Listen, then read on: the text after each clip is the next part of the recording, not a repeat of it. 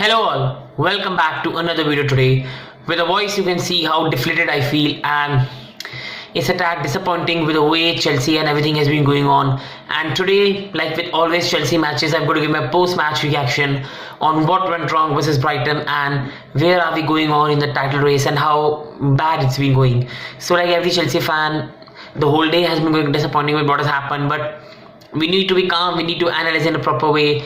And starting off with the lineup, see, we had no other option because we are really thin in the squad right now. A lot of injuries, a lot of COVID problems. So therefore we start with Edward Mendy as a goalkeeper, for whom it could be second last match and Liverpool last before he goes for AFCON. And in the back three we had Rudiger, we had Cesar Azpilicueta, and then we had Andreas Christensen starting. But Andreas Christensen got an injury, so he was taken off at half-time for Trevor Chalobah. At the right we got Reece James, who sadly got a very serious injury. It looks like he could be out for some time, and he was taken off. While at the left it was, at start it was James at left, but because James got injured, then Alonso came out at around 30-35 minutes. So for 60 minutes it was Alonso at left wing back, and for 30 minutes it was Reece James at left wing back with Pulisic at right wing back, and in the middle it was Jorginho and Mateo Kovacic, and the front three was of Lukaku, Mason Mount and Callum Hudson-Odoi. So the match started as always it has happened at Stamford Bridge, where Chelsea in their last 5 games have drawn 4, 1-1 draw to Burnley, United, Everton and now Brighton. And in all games Chelsea started well, and again we started with intensity, we got an early goal, we looked so good, and then again when we got the lead we again went into our shadows slowly and slowly. Because of playing so many matches, tiredness has started coming in, because even Tuchel was complaining in so many players have COVID issues, so many players are straight away coming after COVID, after infected with COVID, so they're not at the paces, and many players have been playing through injuries and the tiredness started playing in. But that's no excuse. Chelsea had the chance to put the game to the bed at 54th minute when Callum Hudson-Odoi was one-on-one with the keeper. There was no way he should have looked for pass, and I'm a big admirer of Callum Hudson-Odoi. He's a very good young prospect, and Chelsea should keep him. He could be a very good player for us in the future. But he missed a sitter against Manchester United, he missed a sitter against Burnley, he has missed a sitter now. How many times can you keep continuing with that? And that only shows that Maurizio Sarri was right 2-3 years back, that Callum Hudson-Odoi will be ready by the age of 22-23. He's just not ready now. He's a young player on whom we put the burden of responsibilities. He's not a Foden, he's not a Greenwood, he's not a Martinelli. His finishing is beyond awful. And again he missed the chance where I just don't want to criticize him. He's a young 20-year-old. We just don't want to put him in that position. We should have had an experienced winger in that position. But Hakim Ziyech has not done well for Chelsea so far. Havertz is injured, with COVID problem out. Werner is out. So we have no option bar Hudson-Odoi to play. And again he missed a crucial chance.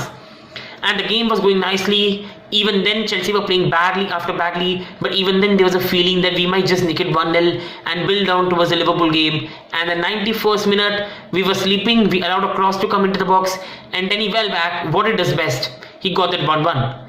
And again deflation. But overall if you look at the performances of the game, you'll agree that the match should have ended in a draw. Brighton were the better team. On some other day they would have beaten us 3-1, 4-1. We were horrific. But also on some other day, if Hudson-Odoi puts a chance in, we lead 2-0 and the match is over. So these are the margins. In our 4 home games we have drawn 1-1 to Burnley, 1-1 to United, 1-1 to Brighton, 1-1 to Everton. These 8 points have put us 8 points behind Manchester City, and that's where the margins come in. And we just aren't consistent. And overall the injury crisis, I just don't want to make an excuse here. See, you do have to cope with it. Against Burnley we had no injury problems. It was Barkley who missed a sitter, Hudson-Odoi missed some sitters. Against Manchester United we were injury free, and again a match where Hudson-Odoi should have finished his chance, he didn't, and Rudiger should have finished his chance, he didn't. And then against Everton's C team, there's no excuse to drop points. Today again, when you are 1-0 up, 90th minute of the game, you shouldn't be conceding a 91st minute headed goal. So everything is just going wrong, and overall it just feels like the squad is out of confidence. It feels so much ahead that we were enjoying. We beat Leicester City 3-0, we beat Juventus 4-0, and everything seemed to be so good. It seems so far now and everything seems down. But see, let's also be unbiased and try to be as calm as possible. See, title race is looking very difficult, especially with Reece James injured, Thiago Silva injured. which lineup are we going to play with Liverpool? So suddenly my confidence for the Liverpool game has gone down.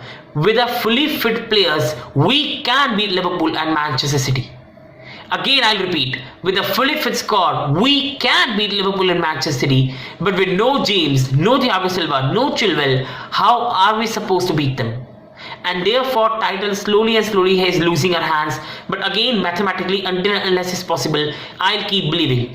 But for Chelsea, the most important thing now, looking towards the season, is not to crumble. We have got Liverpool next. Then we have got Tottenham in the Carabao Cup. Then we have got Chesterfield in the FA Cup. Then we have got Tottenham in the Carabao Cup. Then we have got Manchester City in the Premier League. Then we have got Tottenham in the Premier League. Now, if we lose the next 3 games, so City, Liverpool and Tottenham, we could literally find ourselves in a top 4 battle. And after a season that started with title hopes, that will be absolutely shameful. And therefore, we should not lose our heads. We should not lose our calmness. Still, I do wish that we win against Liverpool, and overall we still have a lot to look forward to. If we can reduce our point tally to City, last year we finished 18 points behind them. Before that, 25 points behind, 30 points behind, 26 points behind. If we can even keep it to a 9 or 10 points distance, that's a positive. And as far as the season goes, we still have the Carabao Cup to look forward to, Club World Cup to look forward to. We already have lifted the Super Cup. And remember, in March, if we sign a left wing back, James will be back, Thiago Silva will be back, and our fully fit squad will be back, we can still win the Champions League. So there's a lot to look forward to. And again, as football changes, if we beat City or Liverpool, you never know. But overall, it seems far-fetched. So this was my calm review of the game, and overall, as much as sad I feel, I cannot stop supporting this club. I love this club to absolute bits. So thank you everyone for watching, and hope you all have a very good day. Thank you.